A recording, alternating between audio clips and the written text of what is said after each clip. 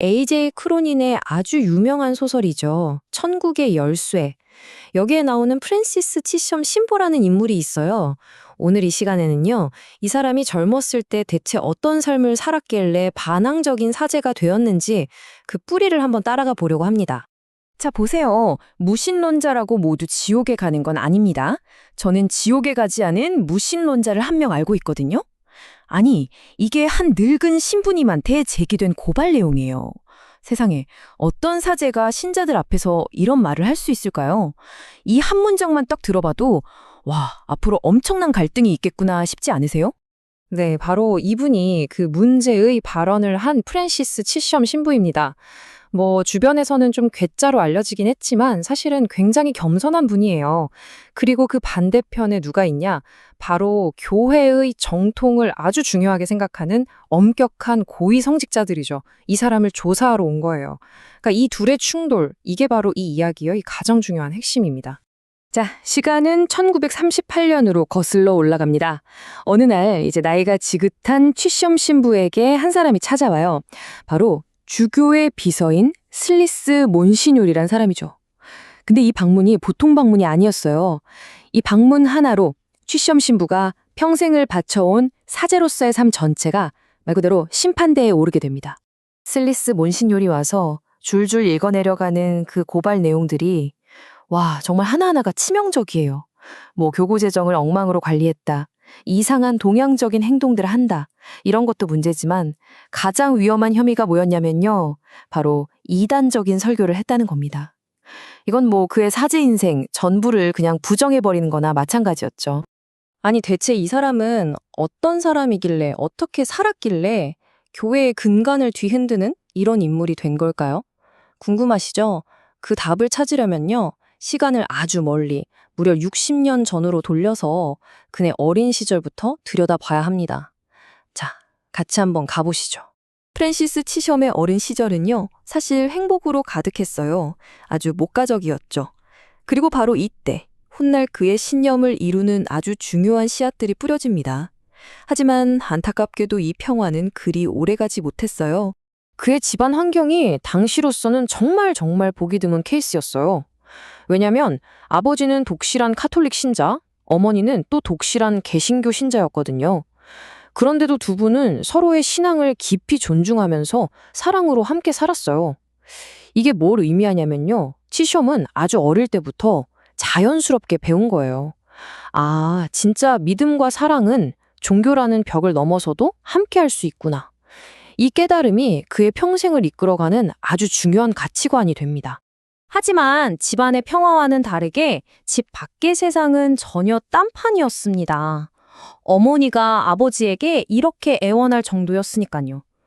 종교에 대한 불관용, 그 증오라는 위협이 이 평화로운 가정에 서서히 어두운 그림자를 드리우기 시작한 거죠. 그리고 결국 그 우려가 현실이 됩니다. 끔찍한 비극이 닥치면서 그의 평화롭던 어린 시절은 하루아침에 그냥 산산조각이 났고 맙니다. 그날의 일은 정말 순식간에 벌어졌어요.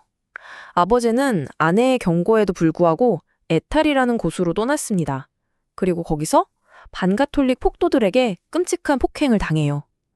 중상을 입은 아버지를 어머니가 부축해서 폭풍우가 몰아치는 강을 건너고 있었는데 그만 두 분 모두 거센 물살에 휩쓸려서 돌아오지 못했습니다. 그러니까 단지 종교가 다르다는 그 이유 하나 때문에 벌어진 증오와 폭력. 그 때문에 프랜시스는 불과 9살이라는 어린 나이에 하루아침에 부모님을 모두 잃고 완전한 고아가 되어버린 겁니다. 부모님을 한꺼번에 잃었으니 그 후의 삶은 말 그대로 암흑기였겠죠. 하지만요, 그렇게 혹독하고 끔찍한 시련 속에서도 다행히 한 줄기 희망의 빛이 있었습니다. 외할머니인 그레니 부인이라는 사람과 살게 됐는데요. 와, 정말 끔찍한 학대를 견뎌야 했어요. 이 어린애를 조선소에 보내서 강제 노동을 시키고요. 부모님이 남겨주신 얼마 안 되는 유산까지 다 빼앗아 버렸죠. 매일같이 굶주리고 굴욕적인 날들을 보내야 했습니다. 바로 그때 정말 영화처럼 그의 인생에 구원자가 나타납니다. 바로 아버지의 누이, 그러니까 폴리 고모였어요. 폴리 고모가 딱 나타나서 그 잔인한 외할머니에게 소리치죠. 여기 의사 진단서가 있어요. 아이는 영양실조에 과로로 시달리고 있습니다. 제가 당장 데려가겠습니다. 이 한마디가 프랜시스를 그 지옥 같던 학대에서 구해준 거예요. 자, 이제 폴리고모 덕분에 지옥에서 벗어나서 드디어 새로운 삶을 살게 된 프랜시스. 이제 좀 행복해지나 싶었는데, 인생이 참 뜻대로 안 되죠. 그의 삶은 또다시 본인이 전혀 원치 않았던 예상치 못한 방향으로 흘러가기 시작합니다. 구출되고 나서 그의 삶은 이렇게 흘러가요. 첫 번째는 일단 몸과 마음을 추스르면서 안정을 되찾고요. 두 번째는 사촌인 노라와 아주 풋풋하고 순수한 첫사랑에 빠지게 됩니다. 이제 좀 평범한 행복을 찾나 싶었죠. 그런데 세 번째 단계가 문제였어요. 그의 의사는 단 한마디도 묻지 않고 고모부가 갑자기 모든 사람 앞에서 프랜시스를 신학교에 보내서 사제로 만들겠습니다 하고 폭탄 선언을 해버린 겁니다. 이때 첫사랑이었던 노라가 했던 이 말이 그의 가슴에 비수처럼 꽂혔을 거예요. 네가 신부가 되면 모든 걸 포기해야 하잖아. 그건 나도 포함해서 말이야. 정말 짧게 맛봤던 그 평범한 삶의 행복은 그렇게 막을 내리게 됩니다. 자, 그렇게 억지로 가게 된 신학교. 생활이 순탄했을 리가 없겠죠. 이미 너무나 파란만장한 삶을 살아온 그의 경험과 생각들은 신학교의 아주 엄격하고 딱딱한 교리와 계속해서 삐걱거리고 충돌할 수밖에 없었습니다. 그의 이런 독립적이고 모든 질문부터 던지는 태도를 딱 알아본 사람이 있었어요. 바로 신학교 교수였던 탈란트 신부죠. 이 사람이 프랜시스에게 거의 예언과도 같은 아주 혹독한 평가를 내립니다. 치섬, 자네는 위대한 이단자가 될 소질이 있어. 와, 정말 그의 인생을 관통하는 한마디 아닌가요?